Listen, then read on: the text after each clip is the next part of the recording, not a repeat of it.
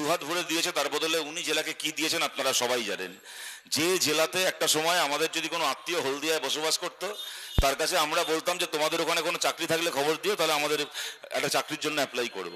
হলদিয়া লোকের চাকরি পাওয়ার ঠিকানা ছিল, এই পূর্ব মেদিনীপুর জেলা লোকের কাজ করতে আসার ঠিকানা ছিল। সেই জেলা থেকে এখন বাড়িঘরদর পাড়া খালি করে লোককে চলে যেতে হচ্ছে অন্য জায়গায় কাজের সন্ধানে।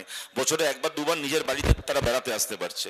শুধুমাত্র একটা মানুষ মুখ্যমন্ত্রীর চেয়ারে বসবেন বলে একটা গোটা জেলার কয়েক লক্ষ মানুষের বিরুদ্ধে এত বড় চক্রান্ত করলেন। পূর্ব মেদিনীপুর জেলা, পশ্চিম মেদিনীপুর জেলা, এই দুই মেদিনীপুর বাংলার সবচেয়ে শিক্ষিত জেলা, শিক্ষায় সবচেয়ে এগিয়ে থাকা জেলা। এই জেলায় যে ঘরে ঘরে ছেলেমেয়েরা টেট পরীক্ষা, এসএসসি পরীক্ষা পাশ করে বসে আছে, তারা গলায় দড়ি দিয়ে মরছে তাও ভালো, কিন্তু চাকরি জুটছে না। আর যে লোকটা চাকরি পাইয়ে দেওয়ার স্বপ্ন দেখিয়েছিল, কারণ দয়া করে নয়, সংবিধান প্রদত্ত দায়িত্ব ছিল মানুষের চাকরি পাইয়ে দেওয়ার ব্যবস্থা করা, সে এখন সব ছেড়ে নিজের সস্তা একটা রাজনৈতিক লক্ষ্য পূরণ করার জন্য এখন সে হচ্ছে রাজনৈতিক দলে নাম লিখিয়ে ভোটে দাঁড়িয়ে পড়েছে। যাই হোক, এটা আপনারা তার বিচার করবেন, কে দাঁড়িয়েছে কে না দাঁড়িয়েছে, তো আমাদের ব্যাপার না, আপনারা তার বিচার করবেন। কিন্তু এইটুকু আপনাদেরকে বলতে পারি, যে তিনজন এখানে লড়াই করছেন, আর তৃণমূলের যে আছে তার কথা আমি ছেড়েই দিলাম।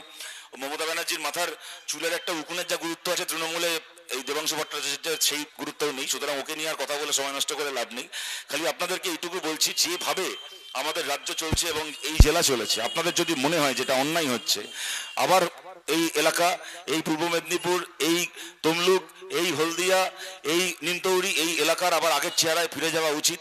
রাস্তায় ভিড় বাড়া উচিত, চাকরি বাকরি হওয়া উচিত, স্কুলগুলোতে শিক্ষক নিয়োগ হওয়া উচিত, এলাকার উন্নয়নের টাকায় এলাকার উন্নয়ন হওয়া উচিত। এই যে পঞ্চায়েত মেম্বার, কাউন্সিলরগুলোর রাজপ্রাসাদ উঠছে, এইগুলোকে বন্ধ করে এবার সত্যি সত্যি এলাকায় স্কুল কলেজ হাসপাতাল হওয়া উচিত। তাহলে আপনারা সায়নকে সুযোগ দেবেন, সায়নের পাশে আপনারা থাকবেন। অসম্ভব লড়াকু ছেলে, ও আদালতের ভেতরে এবং আদালতের বাইরে সমানভাবে লড়াই করতে পারে মানুষের জন্য। আপনারা ওর গুরুজন, ওর অভিভাবক, ওর বন্ধুরা ওকে সেই সুযোগ দেবেন। আমি খালি আপনাদেরকে একটা কথা বলেই আমার কথা শেষ করছি। এখন দেখবেন মমতা বন্দ্যোপাধ্যায়ের ভাইপো ঘুরে ঘুরে বলে বেড়াচ্ছে যে ওরা একেবারে বিরাট দয়া করে লক্ষ্মীর ভান্ডার দিচ্ছে আর বাকি সরকারি প্রকল্পের টাকা দিচ্ছে, ওরা হেরে গেলে এগুলো সমস্ত বন্ধ হয়ে যাবে।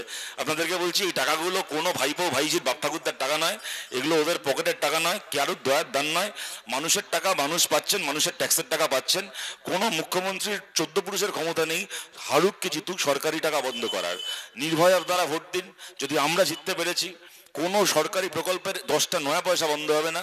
খালি কি বন্ধ হবে, আজকে একটা লক্ষ্মীর ভান্ডারের লিস্টে নাম তোলার জন্য যে তৃণমূলকে আগে 2000 টাকা 3000 টাকা দিতে হয় তবে লিস্টে নাম ওঠে, বাড়ি তৈরির লিস্টে নাম তোলার জন্য আগে তৃণমূলকে টাকা দিতে হয়। এই যে তৃণমূলকে টাকা দিয়ে তবে আপনাকে একটা সরকারি প্রকল্প পেতে হবে, ওদের মিটিং মিছিলে গিয়ে ভিড় করতে হবে, তবে আপনার প্রকল্পের লিস্টে নাম উঠবে, না হলে হবে না। এই জুলুমবাজি বন্ধ হবে, এই চোরা কারবারি, এই কাটমানি বন্ধ হবে। প্রকল্পের টাকা যেমন পাচ্ছেন তেমন পাবেন। আর ওরা যদি ভেবে থাকে ওরা কোথাও হেরে গেলে প্রকল্পের টাকা বন্ধ করে আপনাকে সাহায্য করবে, তাহলে আপনাদের এইটুকু বলছি, যদি পার্থ চ্যাটার্জির খাটের তলা থেকে টাকা বার করতে পেরে থাকি, তাহলে লক্ষ্মীর ভান্ডারের টাকাও নবান্ন থেকে বার করতে পারবো। ওইটুকু দম আমাদের আছে, ওইটুকু দম সায়নরের রয়েছে, বামফ্রন্টের রয়েছে, বাম কংগ্রেস জোটের রয়েছে। আপনারা নির্ভয়